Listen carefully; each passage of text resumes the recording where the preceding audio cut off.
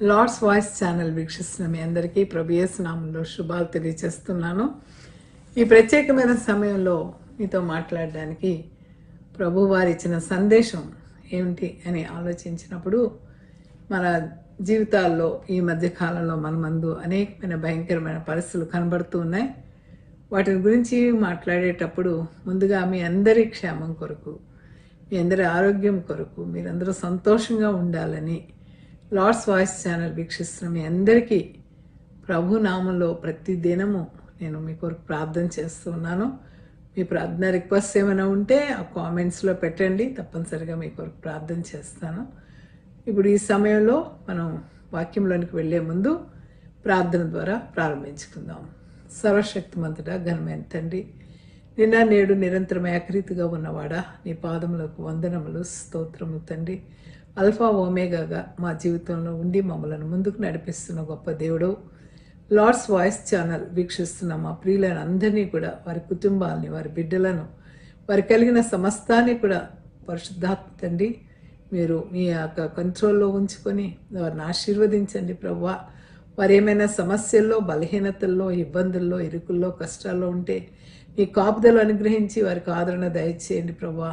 అనారోగ్యంగా ఉన్న వారికి ఆరోగ్యమును దయచేయమని, ఆర్థిక ఇబ్బందుల్లో ఉన్న వారికి విడుదల దయచేయమని మీ సన్నిధిలో ప్రార్థన చేస్తున్నాను.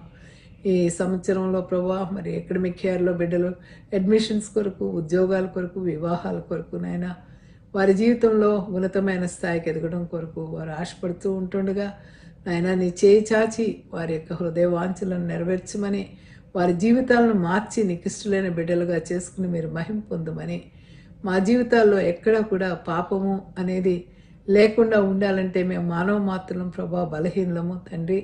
ఇంతలో కనబడి అంతలో మాయమైపోయి ఆవిరి వంటి జీవితాలను ప్రభా నీ కాపుదల్లో భద్రతలో ఉంచుకొని మీరిచ్చిన శ్రేష్టమైన రక్షణ బట్టి మీకు వందనాలు, స్తోత్రాలు చెల్లిస్తూ దాన్ని మేము అందుకోవడానికి మాకు నైనా నీ పరిశుద్ధాత్మ అనుగ్రహం దయచేయమని, మా ప్రియులను మీరు ప్రత్యేకంగా ఆశీర్వదించమని యేసు నామమును బట్టి వేడుకొంచున్నాం తండ్రి, ఆమేన్. ప్రియులారా, మరి ఈ సమయంలో నేను మీతో మాట్లాడాలి, ఏం మాట్లాడాలి అని ప్రార్థనాపూర్వకంగా కనిపెట్టినప్పుడు ప్రభు వారు చెప్పినటువంటి మాట ఏంటంటే, నీ జీవితంలో పాపము ఏలుబడి చేస్తుందా? ఈరోజు చాలా కామన్ పర్సన్ అది.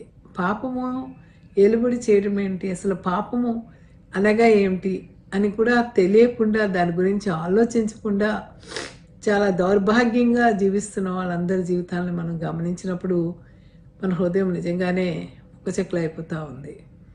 ఈ మధ్య ఇటీవల మనం గమనించాం, కలకత్తా నగరంలో మరి మంచి మెడికల్ కాలేజీలో ఒక ఎంతో కష్టపడి చదువుకున్న మెరిట్ అమ్మాయి యొక్క జీవితాన్ని ఎంత భయంకరంగా, దుర్మార్గంగా ఆమెను మరి రేప్ చేసి ఆమె పార్ట్స్ అన్ని రెగ్గొట్టి ఎంత హీనాతిహీనంగా తన తోటి స్నేహితురాలు చదువుకుంటున్న బిడ్డని కాలేజీలో ప్రిన్సిపల్గా ఉన్న వ్యక్తి తండ్రిగా చూడవలసిన వాడు ఎంత కుయుక్తితో పన్ని ఆ అమ్మాయి జీవితాన్ని అంతమందించాడు. ఆ తల్లిదండ్రికి ఎంత తీరని వేదన.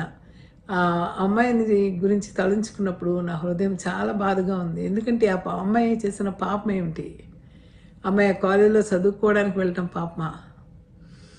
ఆ కాలేజీలో జరుగుతున్న అవినీతి కార్యక్రమాలను ప్రశ్నించడం తప్ప? అన్యాయాన్ని ప్రశ్నించడం తప్ప? అది పైగా Bengal is a famous for communism. ఒక కమ్యూనిస్ట్ స్టేట్ అయ్యండి, అక్కడ స్త్రీకి పురుషుకి సమానమైన హక్కులు ఉంటాయి, ఆ వాదంలో ఎంతో స్వేచ్ఛ ఉంటుంది అని వాళ్ళు అనుకుంటారు. అలాంటి చోట ఒక ఆడపిల్లని అంతా హెరాస్ చేసి, సెక్షువల్గా, ఫిజికల్గా, మెంటల్గా టార్చర్ చేసి, చిత్రహింస అంటే ఇంకా దానికి పరాకాష్ట, ఆ అమ్మాయి జీవితాన్ని తీసివేసుకున్నారు. వాళ్ళకి ఎంత ధైర్యం అండి! ఏం తప్పు చేసింది ఆ అమ్మాయి?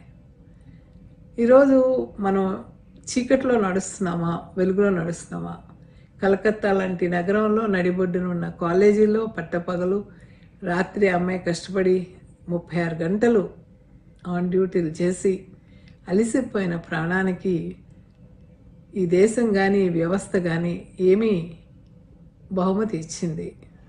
ఆమె జీవితాన్ని చాలా కిరాతకంగా అంతం చేశారు. ఎంత బాధ పెట్టారు. తలుచుకుంటే చాలా దుఃఖం అనిపిస్తూ ఉంది. మన బిడ్డలు బయటకు వెళ్తున్నారు. మన బిడ్డలకి ఏమైనా ఇలా జరిగితే మనం తట్టుకోగలమా? మన బిడ్డ లాంటిది కాదా గౌరీ, డాక్టర్ గౌరీ? ఎందుకు ఇలా జరుగుతుంది ఈ దేశంలో అంటే ఒక ఆలోచన వచ్చింది. ఏంటంటే మనము ఎక్కడ తప్పిపోతున్నాం? మానవులుగా పుట్టిన మనము, మానవ రీత్యా ఆలోచించవలసిన మనము, దేవుడు ఇచ్చిన సకల సృష్టిలో, ఆయన చేసిన సకల సృష్టిలో అత్యుత్తమైన విశిష్టమైనది మానవుని జీవితం. మానవుడికి మిగతా పశువులకి తేడా ఎక్కడుందంటే, పశువులకు విచక్షణ జ్ఞానం లేదు. మానవుడికి దేవుడు ఈ హృదయంలో ఒక దీపాన్ని పెట్టాడు. అంతరంగంలో ప్రశ్నించే లక్షణం ఉంటుంది. నువ్వు చేస్తుంది మంచిది కాదు అని చెప్తోంది. అదే దేవుడు పెట్టిన దీపం. ఆ దీపాన్ని మనం, ఆ స్వరాన్ని మనం భయంకరంగా మొండికి తిరిగి ఆ స్వరాన్ని వినకుండా మన ఇష్టానికి, అనగా ఈ శరీరములో నుంచి వచ్చే ఈ మనకు ఉన్నటువంటి అవయవాల నుంచి వచ్చేటువంటి ఆశలు తీర్చుకోవడానికి దీన్ని నొక్కపెట్టి, దీన్ని వినకుండా, దేవుని స్వరాన్ని వినకుండా మానవుడు తన ఇష్టాన్ని నెరవేర్చుకోవడానికి పోతా ఉన్నాడు. అంటే దానికి కారణం ఏంటి? స్వార్థం అనే చట్టంలో, అధికారము అనే చట్టంలో, లేకపోతే పెత్తందారిగా పై అధికారిగా ఉండి ఒక ఉన్నతమైన స్థాయిలో ఉన్న వ్యక్తి ఏ తప్పులు చేసినా ఎవడు ప్రశ్నించలేడనేటువంటి మొండి స్వభావంతో కిరాతకంగా ప్రవర్తించడం అనేది చాలా భయంకరమైన సత్యం. అలాంటి వ్యక్తిని మనం చంపాలా, లేకపోతే అలాంటి వ్యక్తిని ఏం చేయాలి అని ఇప్పుడు చాలామంది మాట్లాడుతూ ఉన్నారు. ఒక వ్యక్తి కాదు, అది కూడా ఒక సంస్థ లాంటిదే. మానవునిలో ఉన్న స్వార్థం వెర్రితల్ల వేస్తే వెర్రి రకరకాల కల్పవృక్షంగా మారిపోతూ ఉంది. ఎంతంటే భయంకరమైన స్థితి అలాగా పెరిగిపోతూ ఉంది. దాన్ని స్టాప్ చేయాలి అన్నది ఎవరు చెప్తారు మానవుడికి అంటే, దేవుడు పెట్టిన దీపం ఆత్మ. అది ఏ మతస్థుడైనా, ఏ కులస్థుడైనా, ఏ భాష మాట్లాడేవాడైనా అందరికీ మానవ స్వభావాన్ని ఒకే విధంగా దేవుడు పెట్టాడు. అయితే ఈ మానవుని యొక్క స్వభావంలో మంచిని గ్రహించేవాడు ఎంతమంది, చెడుని గ్రహించేవారు ఎవరు ఎంతమంది? మనం ఈ మధ్య చెడుతనం ఎలా ఉంటుంది, చెడుతనం అని విడిచిపెట్టాలంటే ఏం చేయాలి విన్నాం. మరి ఈరోజు మనం గమనిస్తే ఈ మనుషులు ఎందుకు ఇంత భయంకరమైన పాపం చేస్తున్నారు? వాళ్ళకి తెలియడం లేదు అది పాపము అని. Is it not a sin to rape a girl, to murder a girl, and without any reason they tortured her, they mocked her, and so much of cruelty. అది ఒక మనిషి, మానవుడిగా పుట్టినవాడు చేసే పని కాదు. అంటే దేవుడిచ్చిన విచక్షణ జ్ఞానం అనే దాన్ని వదిలిపెట్టుకున్నారు. పశువుల్లాగా, మృగాల్లాగా తన్నుకొని, చంపుకొని తన యొక్క ఇష్టాన్ని నెరవేర్చుకోవడానికి శరీరాన్ని సమర్పించే స్థితిలో ఆ దుర్మార్గులు ఉన్నట్టుగా మనకు కనిపిస్తూ ఉంది. అక్కడ పురుషులు ఉన్నారు, స్త్రీలు ఉన్నారు. ఆ వ్యక్తుల్లో ఉన్న మనస్తత్వం ఎంత భయంకరంగా ఉంది అన్నది మనం ఆలోచిస్తే, రోజు మనం డైలీ మీడియా, సోషల్ మీడియాలో ఈ విషయాలు గమనించినప్పుడు నాకు అర్థమవుతూ ఉంది ఏంటంటే, మరి దేవుడిచ్చినటువంటి జ్ఞానం లేకుండా పోవటం. అది దేవుడి యందు జ్ఞానం ఎప్పుడు వస్తుందంటే, దేవుని యందు భయభక్తులు కలిగి ఉంటే. మతాలు, రకరకాల మతాలు ఉన్నాయి మన దేశంలో, కానీ ఈ తప్పు చేస్తే ఇది పాపం అని ఖండెం చేసి చెప్పేవాళ్ళు లేకపోవటం. కొన్ని మతాలే చెప్తే వాళ్ళని ఏమంటున్నారంటే వీళ్ళు ఛాందసులు అంటున్నారు. క్రైస్తవ మతంలో తప్పు చేస్తే ఇది తప్పు అని ఖచ్చితంగా పట్టిస్తారు. మరి మిగతా మతాల్లో మరి అక్కడ దోషులు ఎవరో మీకు తెలుసు, వాళ్ళు ఏ మతానికి చెందిన వాళ్ళు అనేది మీకు తెలుసు. వాళ్ళు చేస్తున్న పని ఏంటి? వాళ్ళకి దేవుడు చెప్పలేదా? వాళ్ళ దేవుడు, వాళ్ళ మత గ్రంథాలు చెప్పడం లేదా చేసిన తప్పని?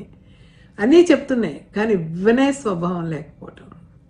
వాళ్ళు అందుకే బైబిల్లో సామెతల్లో సొలొమోన్ ద గ్రేట్ కింగ్, ఆయన మహారాజు, మహాజ్ఞాని, ఆయన రాస్తూ 9వ అధ్యాయము 10వ వచనం అంటాడు, యెహోవా యందు భయభక్తులు కలిగి ఉండటియే జ్ఞానమునకు మూలం. ఈ జ్ఞానం ఎక్కడి నుంచి వస్తుంది? దేవుని యందు భయభక్తులు కలిగి ఉన్నప్పుడు. నువ్వు దేవుని దగ్గరికి రాలేదు అంటే నువ్వు ఎవరిలో ఉన్నావు? అపవాది. అపవాది అనగా చీకటిలో ఉన్నావు. నువ్వు నీకు చీకటి క్రియలలో నువ్వు ప్రేమిస్తూ ఉన్నావు. చీకటి క్రియలు చేసేవాడు వెలుగునకు రాడు, ఎప్పుడు కూడా రావడానికి ఇష్టపడ్డాడు. అందుకే మనకి వివేచన కావాలంటే పరిశుద్ధ దేవుని గూర్చినటువంటి తెలివియే వివేచనకు ఆధారం.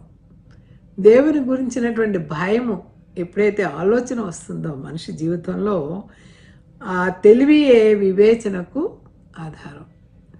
మరి దేవుని మనల్ని ఎందుకు సృష్టించాడు ఈ లోకంలో? మృగాల్లాగా తిని తాగి నీకు ఇష్టమైన కోరికలన్నీ నెరవేర్చుకుంటూ నీకు అడ్డం వచ్చిన వాళ్ళందరినీ చంపమనా దేవుడు చెప్పింది? అది ఎంత పాపము. దేవుడు చెప్పింది ఏంటంటే, నిన్ను వలె నీ పొరుగు వారిని ప్రేమించండి.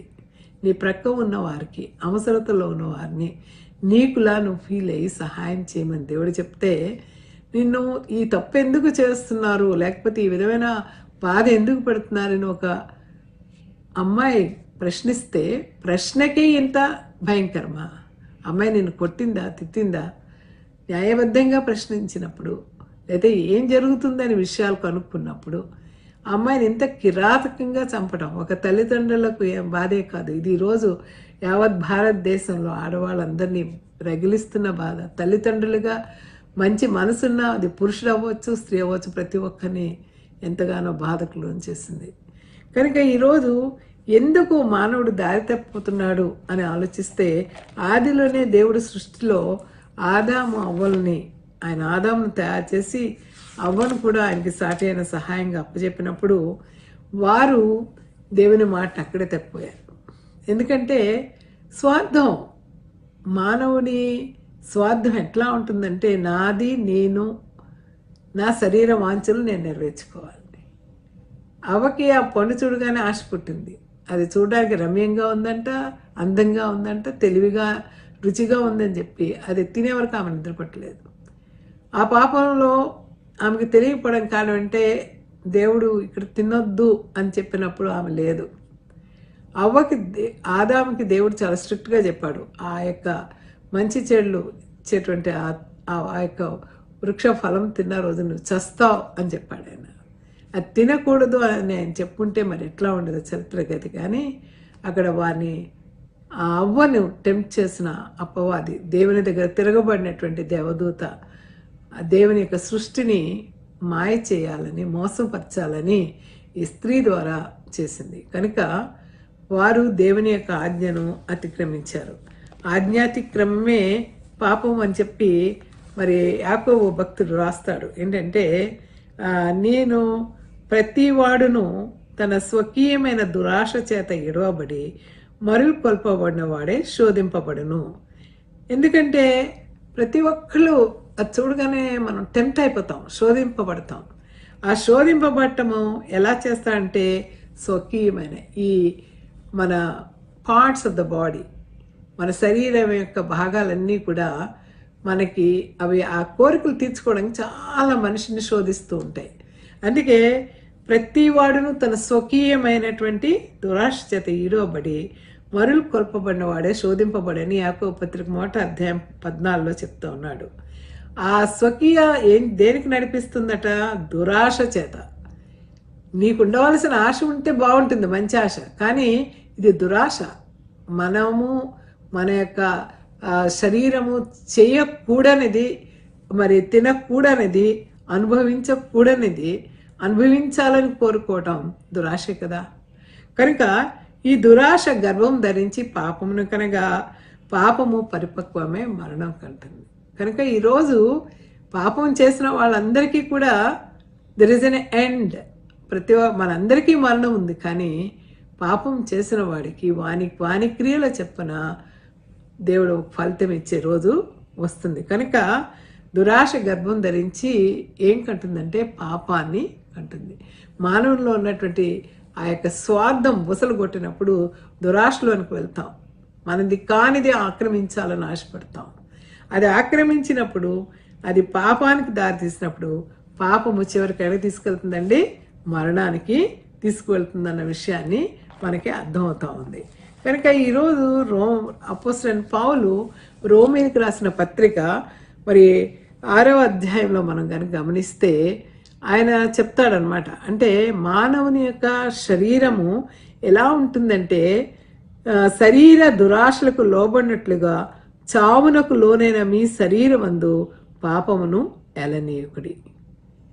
నువ్వు పాపాన్ని ఏలనిచ్చినప్పుడు నువ్వు చస్తావు. ఈ లోకంలో బ్రతుకుతూ ఉన్నావు, కానీ నువ్వు శారీరకంగా శరీర భాగాలని అపవిత్రతకు, కాముకత్వానికి, జారత్వానికి, వ్యభిచారానికి, మోసానికి అప్పచెప్పినప్పుడు నువ్వు ఏమవుతావంటే దురాశలకు లోబడినట్లుగా చావుకు లోనైన మీ శరీరాన్ని పాపమందు ఎలనీయకుడి.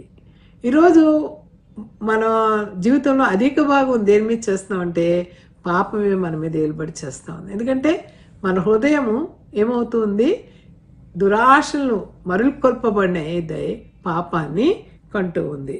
కనుక ఆయన ఏమంటున్నాడంటే మీ అవయవాలను దుర్నీతి సాధనములుగా పాపమునకు అప్పగింపకుడి. నేను ఒక పవిత్రమైన ఉద్దేశంతో మానవుని తయారు చేశాను.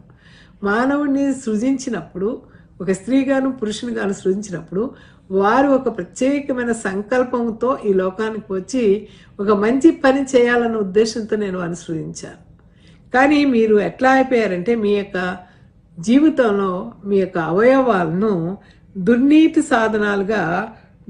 సాధనాలు అంటే దుర్నీతికి ఆయుధాలుగా వాడుకుంటున్నాం. మన బుర్రని తప్పుడు విధానం, మన ఆలోచన, మన చూపులు, మన మాటలు, మన యాక్షన్స్, మన ఫీలింగ్స్ అంతా కూడా కాముకత్వం. ఎదుటివాడిని అనుభవించేయాలి, ఎదుటివాడిని దోచేసుకోవాలి, ఎదుటివాడి నుంచి తీసేసుకోవాలి. ఈ విధమైన ఉద్దేశంతో మనం పాపానికి అప్పగింపొద్దు అంటున్నాడు. అంటే మనం ఏం చేయాలి అని కనుక మనం ఆలోచిస్తే ఆయన ఏమంటున్నాడంటే మరి నేను త్యాగం చేశాను, నా ప్రాణాన్ని మీ కొరకు అర్పించాను. ఎందుకంటే మీరు ఎంత మీకు పరిశుద్ధత గురించి, పవిత్రత గురించి ప్రవక్తల ద్వారా ఎన్ని చెప్పినా కూడా మీ అంతటా మీరు ఆ పాపాన్ని నుంచి విడిచి రాలేకపోతా ఉన్నారు. కనుక మీ వల్ల కాదు. దేవుడు తాను సంకల్పించిన, తాను సృష్టి చేసిన మానవుడితో సంబంధం కోరుకుంటూ ఆయన చివరికి ఏం చేశాడంటే మానవుడు తనంతట తాను సరైన దారికి రాలేడు. కాబట్టి ఈ పాపాన్ని మనం నుంచి విడుదల పొందాలంటే సర్వలోక పాప పరిహారార్థం రక్తం ఆవశ్యకం. రక్తం సమర్పించబడాలి. అది ఎలాంటి రక్తము? పవిత్రమైనది, నిష్కళంకమైనది, నిర్దోషమైనటువంటి మంచి రక్తము అర్పించబడాలి. ఆ రక్తము పశువుల ద్వారా అర్పించబడితే అప్పటికే ఆ పాపానికి సరిపోతుంది. కనుక సర్వమాన పాప పరిహారార్థం రక్త ప్రోక్షణం ఆవశ్యకం. ఎక్కడో ఆ రక్తం చెల్లించాలి, ఆ రక్తం పవిత్రంగా ఉండాలి. అది కేవలము పాపములో పుట్టకుండా, పాపంలో జీవించకుండా ఉన్న వ్యక్తి మాత్రమే ఆ యొక్క రక్తాన్ని సమర్పించాలి. ఆ ఒక్క ఆయన యేసుక్రీస్తు వారి లోకానికి వచ్చి మరి ఆ యొక్క భయంకరమైన సిలువలో తన యొక్క దేహాన్ని, తన శరీరాన్ని, తన యొక్క ప్రాణాన్ని, తన రక్తంలో చివరి బొట్టుని మన కొరకు సమర్పించి అపవాది ఈ చీకటి అనేటువంటి పాపాన్ని ఆయన తొక్కేశాడు. దాన్ని తొక్కేసి మనకి మరణం లేకుండా జీవం ఇవ్వడానికి, నిత్య జీవం ఇవ్వడానికి ఆయన ఈ లోకానికి వచ్చాడు. కనుక ఈ మానవుడు తనంతట తాను విమోచించుకోలేని పరిస్థితిని తండ్రి యెహోవా తన కుమారుని పంపించి యేసుక్రీస్తు వారి ద్వారా ఈ లోకంలో ఒక మానవుడిగా, సామాన్య మానవుడిగా పుట్టి, పేదవాడిగా పుట్టి పెరిగి ఆయన తన యొక్క ఏ పాపము చేయడానికి అనేక అవకాశాలు ఉన్నాయి ఆయనకి. అనేక మంది స్త్రీలు ఆయన చుట్టూ వెళ్ళేవారు. అనేక మంది రకరకాలైనటువంటి శోధనలు ఆయన పెట్టినా కూడా ఆయన శోధింపబడినను తప్పు చేయకుండా ఆయన చాలా పవిత్రుడిగా, పరిశుద్ధుడిగా తన నిర్దోష రక్తాన్ని మన కోసం సమర్పించి ఆయన మనల్ని పాపం నుంచి విడుదల చేశారు. కనుక నీ అంతటి నువ్వు విడుదల పొందలేవు. నువ్వు చేయాల్సింది ఏంటంటే, నువ్వు నీ పాపాన్ని విడుదల చేయడానికి వచ్చిన యేసుక్రీస్తు వారిని నమ్మినప్పుడు నువ్వు ఆ పాపాన్ని నుంచి విడుదల పొందుతావు. అందుకే శరీరాశకును శరీరానుసారులకును ఆత్మానుసారులు ఒకరికొకరు విరుద్ధంగా ఉంటారు అని వాక్యం సెలవిస్తూ ఉంది. శరీరానుసారి శరీర కార్యాల మీద దృష్టి పెడతాడు, అపవిత్రమైన కార్యాల మీద దృష్టి పెడతాడు. ఆత్మానుసారి తండ్రి అయిన దేవునితో సంబంధం కలిగి ఉండటానికి ప్రయత్నం చేస్తాడు. మరి మానవుడిగా పుట్టిన మనము మన ఈ లోకంలోకి పంపించిన దేవునితో సంబంధం కలిగి ఉండాలి, కానీ అపవాదితో సంబంధం కలిగి ఉండకూడదు కదా.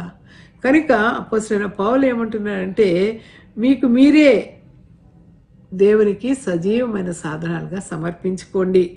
ఆయన ఏమంటాడంటే, మృతుల్లో నుండి సజీవులు అనుకొని మిమ్మల్ని మీరే దేవునికి అప్పగించుకోండి. మీ అవయవాలను దుర్నీతి సాధనాలు వద్దు, చెడ్డతానికి సాధనాలుగా వాడొద్దు. ఆయన దేనికి వాడమంటాడంటే, నీతి సాధనాలుగా దేవునికి అప్పగించండి.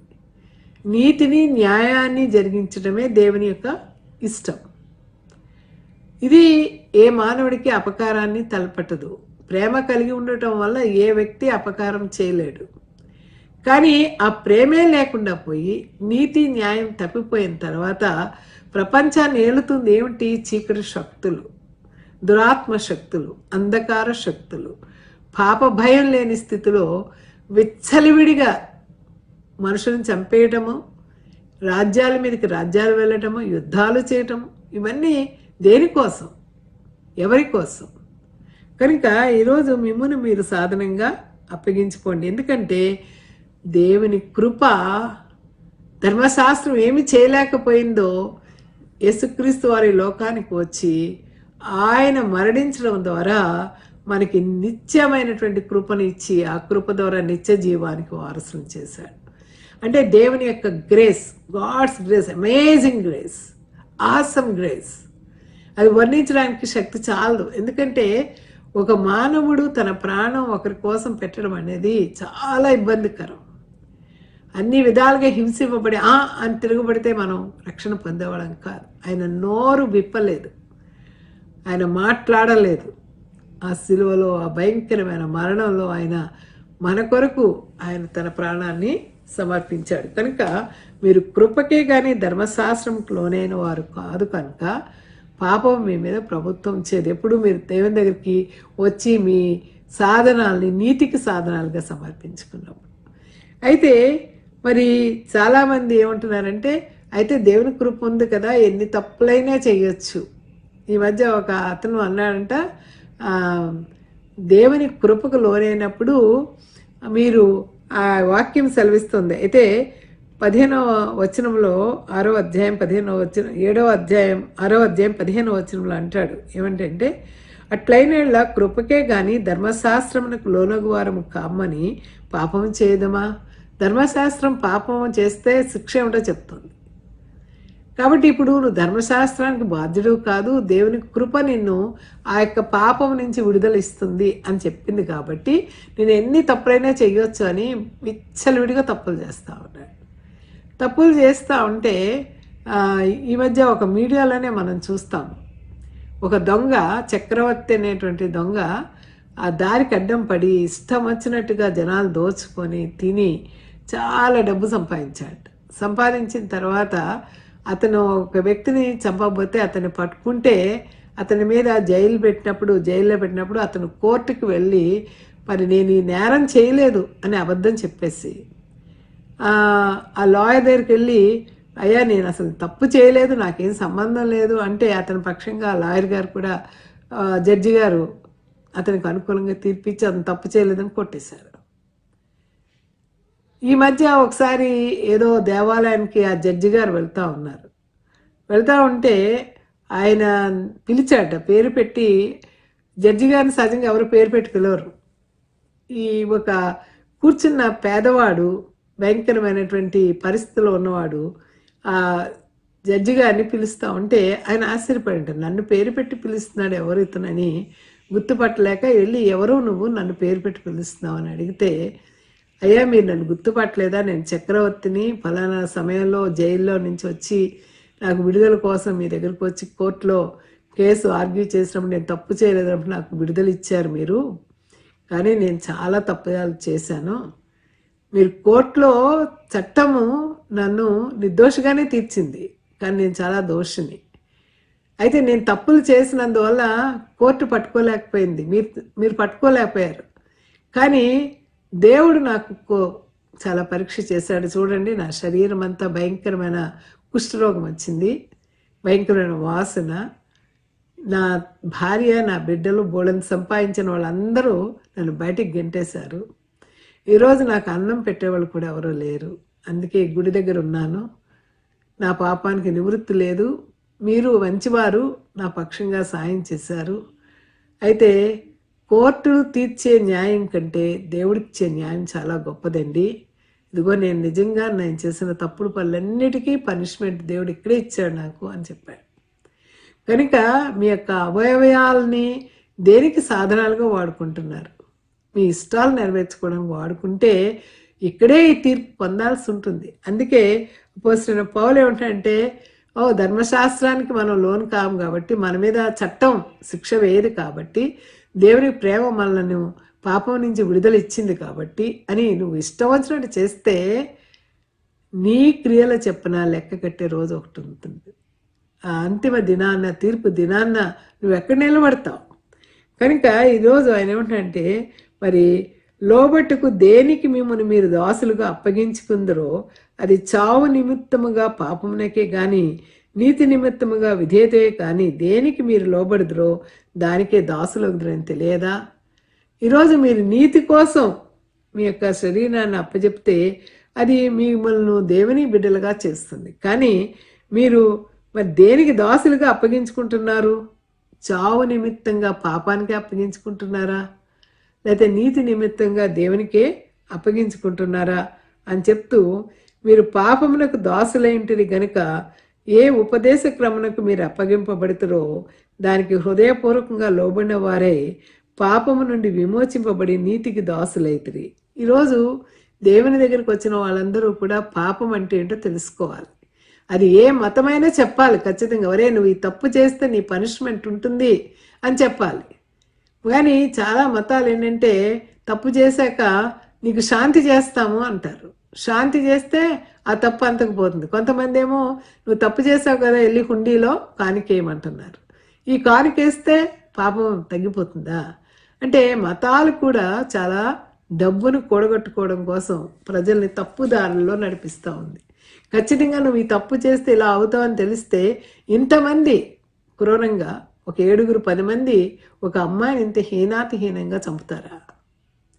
మీ శరీర బలహీనతను బట్టి నేను మనుష్య రీతిగా మాట్లాడుతున్నాను అంటూ అపోస్తలుడైన పౌలు గారు ఏమంటాడంటే 6వ అధ్యాయము 19వ వచనంలో అంటాడు ఆయన, మరి అక్రమం చేయుటకే అపవిత్రతకును అక్రమమునకును మీ అవయములను దాసులుగా ఎలాగ అప్పగించితిరో, అవినీతికి అక్రమానికి అన్యాయానికి మీ అవయవాల్ని ఎలాగా దాసులుగా అప్పగించితిరో ఇప్పుడు దేవుని కృప మిమ్మల్ని పిలుస్తూ ఉంది కనుక మీ అవయవాల్ని మరి దేవుని యొక్క పరిశుద్ధతకు నీతికి దాసులుగా అప్పగించుకోండి అంటున్నాడు. మరి మనం ఈరోజు ఏం చేస్తున్నాము అంటే గనక చాలామంది దేవుని దగ్గరికి రారు, నిజ దేవుని సువార్తమానం వినడానికి ఇష్టపడరు. ఎందుకంటే అక్కడికి వస్తే మనుషులు మారాలి, మన స్వార్థాన్ని వదిలిపెట్టుకోవాలి, మన సొంత ఇష్టాలని వదిలిపెట్టుకోవాలి. అది చాలామందికి ఇష్టం లేదు. కాబట్టి వాళ్ళు ఏం చేస్తున్నారంటే దానికి దేవునికి దూరంగా వెళ్ళిపోతా ఉన్నారు. దేవునికి దూరంగా వెళ్ళిపోయి అపవాది చీకటి శక్తుల్లోకి వెళ్ళిపోతా ఉన్నారు. వెళ్ళిపోవడం వలన వాళ్ళకి ఏం కలుగుతుంది అంటే గనక అప్పటి క్రియల వలన మీకేం ఫలం కలిగిను? మీ శరీరానుసారంగా మీరు ప్రవర్తించారు, శరీర సంబంధమైన క్రియలను నెరవేర్చుకోవడానికి చాలా తప్పులు చేశారు. వాటి అంతం ఏమైంది అంటున్నాడు ఆయన. వాటిని గురించి మీరు ఇప్పుడు సిగ్గుపడుతున్నారా? వాటి అంతము మరణమే. అయినను ఇప్పుడైనా ప్రభు దగ్గరికి వస్తే మీరు పాపము నుండి విమోచింపబడి దేవుని దాసులైతే కనుక పరిశుద్ధతయే మీకు ఫలంగా కలుగుతుంది. ఎప్పుడైతే మీరు పరిశుద్ధతను సంపాదించుకుంటారో, మీ పాపాన్ని నుంచి విడుదల పొందుతారో, అప్పుడు మీరు ఈ యొక్క పాప క్షమాపణ పొందినప్పుడు మీకు వచ్చేటువంటి ఫలం ఏంటంటే దాని అంతము నిత్య జీవం, ఎవర్ లాస్టింగ్ లైఫ్. తండ్రి దగ్గర సంతోషంగా ఉండొచ్చు. అలా అని చెప్పి నువ్వు చేసుకుంటూ పాపాలు చేసుకుంటూ వెళ్ళిపోయి దేవుడంటే లెక్కలేని స్థితిలో ఉన్నావు అనుకో, దేవుడు చూస్తూ ఊరుకోడు. ఎక్కడ కొట్టాలో అక్కడ కొడతాడు. కనుక పాపం వల్ల వచ్చే జీతం ఏంటంటే మరణం. మళ్ళా చెప్తా ఉన్నాడు, యాకోబు పత్రికలో చెప్పినట్టు ప్రతి వాడును తన స్వకీయ దురాశలు మరులు కొల్పబడిన వాడే పాపంలో పడతాడు. పాపము ఆ యొక్క దురాశ గర్భం ధరించి పాపానికి అంటది, పాపము మరణానికి అంటది. కనుక పాపం వల్ల వచ్చే జీతము మరణం. కనుక ప్రియులారా, ఈ దినం మనం దేన్ని ఆశపడుతున్నాం? పాపాన్ని చీకటిలో ఉండటానికి, పాపంలో ఎలుబడి చేయడానికి, శరీర కార్యాలతో అపవిత్రతమైన కార్యాలు మనం చూస్తూ ఉంటాం. ఎఫెసి గ్రంథకర్త అపోస్తలుడైన పౌలు ఎఫెసి సంఘానికి రాస్తాడు ఏంటంటే, మీలో జారత్వమే కానీ ఏ విధమైన అపవిత్రతే కానీ వీటి పేరేన్నో ఎత్తుకొనకూడదు. అంతేకాదు మీరు మరి సరసోక్తులు బూతులైనను పోకిరీ మాటలైనను ఉచ్చరింపకూడదు. ఇవి మీకు తగవు. వ్యభిచారి అయినను అపవిత్రుడైనను విగ్రహారాధికుడైన లోభి అయినను క్రీస్తు యొక్కయు దేవుని యొక్క రాజ్యమునకు హక్కుదారుడు కాడను సంగతి మీకు నిశ్చయముగా తెలియను. కనుక ఈరోజు మనకు తెలుస్తూ ఉంది ఏమి చెడ్డవి ఏమి మంచివి అన్నది దేవుని వాక్యం మనతో మాట్లాడుతూ ఉంది. కాబట్టి మనం చీకటిలో ఉన్నటువంటి వారందరం కూడా పాపంలోనికి వెళ్ళిపోతున్న మనం అందరం కూడా ఈరోజు ప్రభు వారు మనకు పిలుస్తూ ఉన్నారు రక్షింపబడటానికి. ఆయన ఏం చేస్తారంటే దేవుని కృపావరం మన ప్రభు అయిన యేసుక్రీస్తునందు నిత్య జీవం. యేసుక్రీస్తు వారి దగ్గరికి మనం వచ్చినట్టయితే ఎంత పాపినైనా ఆయన రక్షిస్తాడు. నీ పాపాలు క్షమించబడతాయి. నువ్వు ఎప్పుడైతే నీ గుండె పగిలి ఆ పాపాలన్నీ ఆయన దగ్గర ఒప్పుకుంటావో అప్పుడు నువ్వు రక్షింపబడతావు. అంతేకాని నీ శరీరాన్ని మరి లోకంలో ఉన్నప్పుడు నీ ఇష్టం వచ్చినట్టు పాపాలతో నింపుకుంటే కనుక ఆయన అంటున్నాడు, మానవుడికి యొక్క స్వభావం ఏంటంటే మేలైంది చెయ్యాలని నేను అనుకుంటాను, మంచిది చేయాలని నేను అనుకుంటాను. ఆయన అంటాడు అనమాట, నా యందు అనగా నా శరీరమందు మంచిది ఏదియో నివసింపదని నేను ఎరుగుదును. మానవుడి యొక్క స్వార్థము ఎంత బాగా ఎక్స్ప్లెయిన్ చేస్తున్నాడంటే ఆయన, నేను చేయనది నేను ఎరుగును, నేను ఇచ్చేయించినది చేయక ద్వేషించినది చేయించున్నాను. మంచిది ఏం చేయాలో అది చేయకుండా అపవిత్రమైనది ద్వేషింపబడేదాన్ని నేను చేస్తూ ఉన్నాను అంటున్నాడు. కనుక ఇచ్చేయింపనిది నేను చేసిన ఎడ్ల ధర్మశాస్త్రము శ్రేష్టమైనది అన్నట్టు ఒప్పుకొనిచున్నాను. ధర్మశాస్త్రానుసారంగా నా ఇష్టానుసారంగా నేను చేస్తే అది ధర్మశాస్త్రం గొప్పదనే చెప్తాను, కానీ ధర్మశాస్త్రం కంటే దేవుని కృప చాలా గొప్పది అంటున్నాడు. అందుకే నా యందు అనగా నా శరీరమందు మంచిది ఏదియూ నివసింపదని నేను ఎరుగుదును.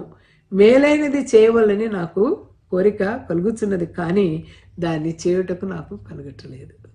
ప్రతి ఒక్కరు నీతి కబుర్లు చెప్తాం, మంచి చేయాలనుకుంటాం, కానీ ఈ శరీరం ఏం చేస్తుందంటే నీ స్వార్థాన్ని, నీ దేహంలో ఉన్న ఇష్టాలు నెరవేర్చుకోవడానికి ప్రయత్నం చేస్తుంది. అందుకే ఆయన చెప్తున్నాడు, నాకు మేలేం చేయాలని ఇష్టం ఉంది కానీ దాన్ని చేయను. కనుక నేను కోరని దానిని చేసిన దాన్ని చేయనిది నా యందు నివసించి పాపమే కానీ ఇకను నేను కాదు. కాబట్టి మేలు చేయగోరు నాకు కీడు చేయడం కలుగుతున్నదని ఒక నియమం నాకు కనబడుతున్నది. కాబట్టి మన అవయవాల్లో వేరొక నియమం ఉంది. బయటికేమో మంచిగా అందరూ మంచిగా ఉండాలి, వెరీ సొఫిస్టికేటెడ్, అబ్బా ఎంత మంచి ఆఫీసర్, మంచి ప్రిన్సిపల్, ఎంత మంచి డాక్టర్స్, మంచి ప్రొఫెసర్స్ అని మనం అనుకుంటాం, లేకపోతే మంచి అధికారులను మనం అనుకుంటాం, మంచి సేవకులు అనుకుంటాం. కానీ వాళ్ళ జీవితం లోపల ఏముందంటే మరి వేరొక నియమం మా అవయవాల్లో ఉన్నట్టు నాకు కనబడుచున్నది. అది నా మనసునందున్న ధర్మశాస్త్రంతో పోరాడుచు నా అవయవంలో ఉన్న పాప నియమమునకు నన్ను చెరపట్టి లోపరుచున్నది. అయ్యో నేనెంత దౌర్భాగ్యుడను, ఇట్టి మరణమునకు లోనకు శరీరము నుండి నన్ను ఎవడు విడిపించును. ఆయన పెద్ద ఫిలాసఫర్. దేవుని మాట విని ఆయన చదివిన సకల గ్రంథాలు అన్నిటిని విడిచిపెట్టి దేవుని దగ్గరికి వచ్చినటువంటి ఆయన ఏమంటున్నాడు, నేను ఎంత దౌర్భాగ్యుడను, ఇట్టి మరణమునకు లోన శరీరం నుండి నన్ను ఎవడు విడిపించను. కాబట్టి మన ప్రభు అయిన యేసుక్రీస్తు ద్వారా దేవునికి కృతజ్ఞతాస్తుతులు చెల్లిస్తున్నాను. ఎందుకంటే మనసు విషయంలో నేను దైవ నియమమునకును శరీర విషయంలో పాప నియమునకును దాసుడై ఉన్నాను.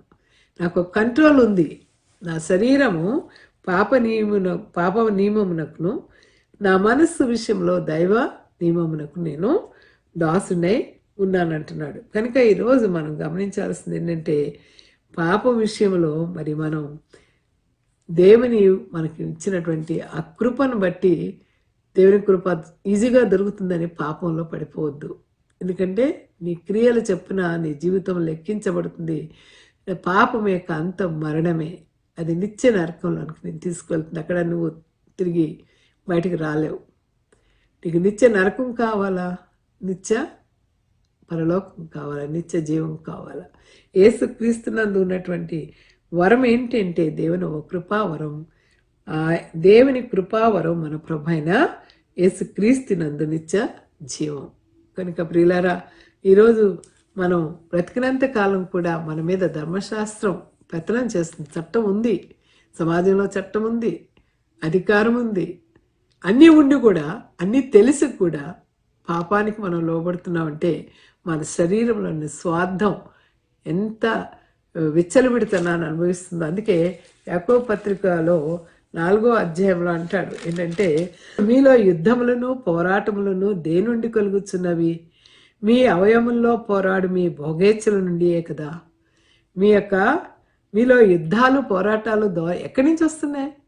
మీ హృదయంలో ఉన్నటువంటి ఆ యొక్క భోగేచ్ఛలు, శారీరక వాంఛలు, మనది కాని అనుభవించాలనేటువంటి వాంఛలు మీరు ఆశించున్నారు కానీ మీకు దొరకటలేదు. నరహత్య చేయుదురు, మత్సరపడుదురు కానీ సంపాదించుకొనలేదురు. పొట్లాడుదురు, యుద్ధము చేదురు కానీ దేవుణ్ణి అడగనందువలన మీకేమీ దొరకదు. కనుక వ్యభిచారులారా, ఈ లోక స్నేహము దేవునితో వైరమని మీరు ఎరుగరా? ఈ లోక స్నేహం దేంతో? వ్యభిచారులు లాంటి వాళ్ళం మనం. వ్యభిచారు ఏం చేస్తాడు? వ్యభిచారి దగ్గరికి వెళ్తే చాలా స్వీట్గా ఉందంటాడు. కానీ ఈ వ్యభిచారులు లారా అని ఎందుకు మనల్ని అంటున్నాడంటే, మనం లోక స్నేహం చేస్తున్నాం. దేవుడు ఇచ్చిన శ్రేష్టమైన నియమావళిని వదిలిపెట్టి ఈ పాప నియమానికి మనం మన శరీర వాంఛలను బట్టి సమర్పించుకుంటూ అలా చేస్తున్నాం. కాబట్టి దేవునితో మరి వైరమని మీరు ఎరుగరా? కాబట్టి ఎవడు ఈ లోకముతో స్నేహము చేయగోరునో వాడు దేవునికి శత్రువగును. కాబట్టి మన యందు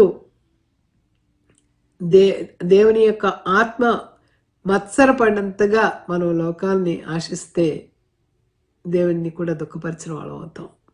ఓ ప్రియ సహోదరుడా, సోదరి, వాక్యం వింటున్న నీవు నేను ఒకసారి పరీక్షించుకుందాం. మన జీవితంలో దేవుణ్ణి యందు ఆశపడి దేవుని దగ్గరికి వెళ్తున్నామా, లేకపోతే ఇంకా పాప నియమమే మన మీద ఏలుబడి చేస్తుందా? దేవుడు యేసుక్రీస్తు ద్వారా మనకిచ్చినటువంటి ఆ కృపావరమే నిత్య జీవం కనుక, ఆయనే గొప్పవాడు కనుక ఆయన దగ్గరికి ఇప్పుడు మనం వెళ్ళినట్టయితే కనుక ఈ యొక్క లోక స్నేహాన్ని నుంచి విడుదల పొంది దేవునితో నిత్యము సంతోషము, సమాధానము, ఆనందము మన జీవితంలో మనకు లభిస్తూ ఉంటుంది. దేవుడు ఆత్మ చెప్పుచున్న మాటలు సంగముతో ఆత్మ చెప్పుచున్న మాటలు చెవులు గల ప్రతి వారు వినాలని కోరుకుంటూ మరి ఈ వాక్యం ఇంతటితో ముగిస్తున్నాను. ప్రార్థన చేసుకుందాం. స్తోత్రం ప్రభువా, పరిశుద్ధుడా, ఘనమైన తండ్రి, నీ వాక్యం ద్వారా మాతో మాట్లాడారు ప్రభా. నిజమే, పాప నియమునకు మేము లోబడితే మా ఎంత దౌర్భాగ్యం తండ్రి. ఈ దినాల్లో ప్రభా నీ వాక్యం ప్రబలంగా వ్యాప్తి చెందుతున్నప్పుడు నీకు లోబడ్డానికి మాకు సహాయం చేయండి. పాపాంధకార క్రియలు, మరి అజ్ఞానాంధ క్రియలు, చీకటి శక్తులు చాలా భయంకరంగా ఏలుబడి చేస్తున్న ఈ దినాల్లో పాపంలోనికి మేము వెళ్ళిపోకుండా తండ్రి, నీ యొక్క ఆత్మానుసారులుగా ఈ లోకంలో జీవించటానికి, దైవ నియమానికి లోబడి దాసులుగా జీవించే కృపను మాకు దయచేయమని, వాక్యం వినిచిన ప్రతి ఒక్కరిని ఆశీర్వదించమని యేసుక్రీస్తు నామమును బట్టి మిక్కిలి వినయముగా బ్రతిమలాడి వేడుకొంచున్నాం తండ్రి. ఆమేన్. God bless you.